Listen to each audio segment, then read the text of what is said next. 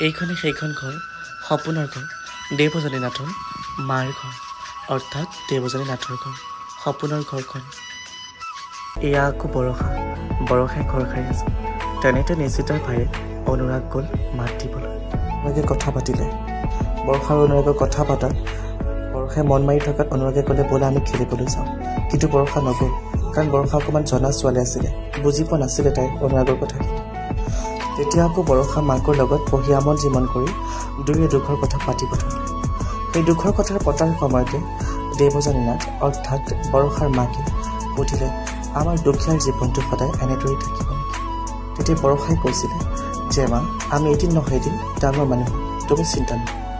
এতিয়া আকৌ নিশ্চিতে চয়নিকাৰ কথা ভাবিব ধৰিলে। কিন্তু নিশ্চিতে জানো ভাৱনাত চয়নিকাৰ মাকক বিচাৰি পাব? অভিষেক চাওঁচোন নহয়। নিশ্চিতে চয়নিকাৰ নাম লওঁতে চয়নিকা আহিলে নিশ্চিতাৰ ঘৰত।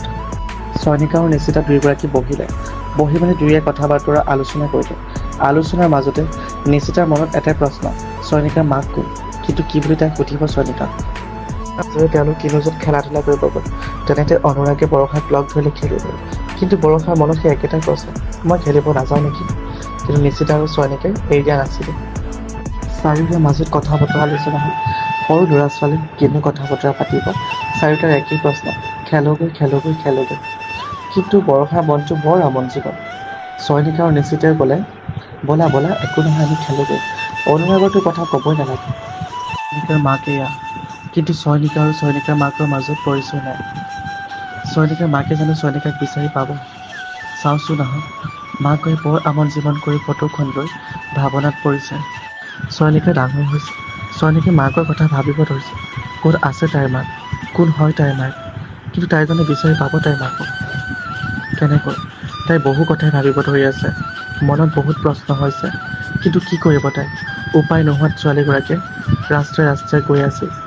গৈ থকাৰ অৱস্থাত তাই কিছু দূৰ গৈ অলপমান ভাগৰ লাগিলে। তাতে মাকক ক'ত পাম বুলি ভাবি তাই আমন জীৱন কৰি বহিব ধৰিছিল। কিন্তু বহিব ধৰোঁতে জানো তাই পাব তাইৰ মাকক? চাওঁচোন আহক কি হয় পাছলৈ। এনেকৈ আমন জীৱন বহি থকাত তেনেতে এগৰাকী মানুহ আহিলে সুধিবলৈ। মানুহগৰাকীয়ে তাইক সুধিলে, কোন তুমি? তাইৰ নাম কি? তুমি ক'ত থাকা? এনেদৰে বহুত প্ৰশ্ন কৰিছিলে মানুহগৰাকীয়ে। কিন্তু চয়নিকাই এইটো জনা নাছিলে যে সেইগৰাকীয়ে তাইৰ মাক, আৰু মানুহগৰাকীয়েও সেইটো বুজি পোৱা নাছিলে যে হেৰুৱা ছোৱালীগৰাকী সেইগৰাকীয়ে তেখেতৰ চয়নিকা। তেখেতে মানুহগৰাকীয়ে চয়নিকাক নিজৰ ঘৰলৈ লৈ গ'ল। কিন্তু কি দুৰ্ভাগ্যজনক, এগৰাকী মাক হৈও নিজৰ হেৰুৱা ছোৱালীগৰাকীক বিচাৰি পোৱা নাছিলে। সদৌ শেষত বিচাৰি পাইছে, কিন্তু পৰিচয় পোৱা নাই নিজৰ। মানুহগৰাকীয়ে চয়নিকাক নিজৰ ঘৰলৈ আনিলে। চয়নিকাক চিনাকি কৰাই দিলে বৰষাৰ লগত। বৰষাই আনন্দিত হৈ পৰিলে যে এগৰাকী ভণ্টি পাই গ'লো বুলি। কিন্তু বৰষাই গম পোৱা নাছিলে যে চয়নিকা তাইৰ নিজৰ ভনী, আৰু চয়নিকাই গম পোৱা নাছিলে বৰষা যে তাইৰ নিজৰ বায়েক। মাকে ভাবিব ধৰিলে কিছুমান কথা, আৰু দুয়োৰে খেলাত ব্যস্ত হৈ পৰিলে। কিন্তু মাকৰ মনত প্ৰশ্ন এতিয়াও হৈ আছে, ছোৱালীগৰাকী কোন হ'ব পাৰে? এয়া আকৌ নিশ্চিতাহঁত আহিলে। নিশ্চিতা অনুৰাগ দুয়ো বায়েক ভায়েক। গতিকে তাহাঁতিও আহিলে তেওঁলোকৰ ওচৰত খেলিবলৈ, যিহেতু আগৰ পৰাই লগৰ হয়। খেলা ধূলাৰ মাজেৰে কিছুমান কথা তাহাঁতি আলোচনা কৰি আছিলে। আৰু সেই আলোচনাৰ মাজেৰে দেৱযানী নাথে অৰ্থাৎ বৰষা আৰু চয়নিকাৰ মাকে চয়নিকাক প্ৰশ্ন কৰিছিলে, সুধিছিলে, তোমাৰ পাছফালে থকা এটা চিন আছে, চিনটো কিহৰ হয়? তুমি মোৰ ছোৱালী, মোৰ হেৰুৱা ছোৱালীজনী মই ঘূৰাই পাইছোঁ মাজনী। এনেদৰে মাকে কান্দিবলৈ ধৰিলে, উচুপিবলৈ ধৰিলে, আৰু চয়নিকাও মাকক দেখি উচুপিবলৈ ধৰিলে, লগতে সাবটি ধৰিলে আৰু দুয়োৰে কান্দিলে।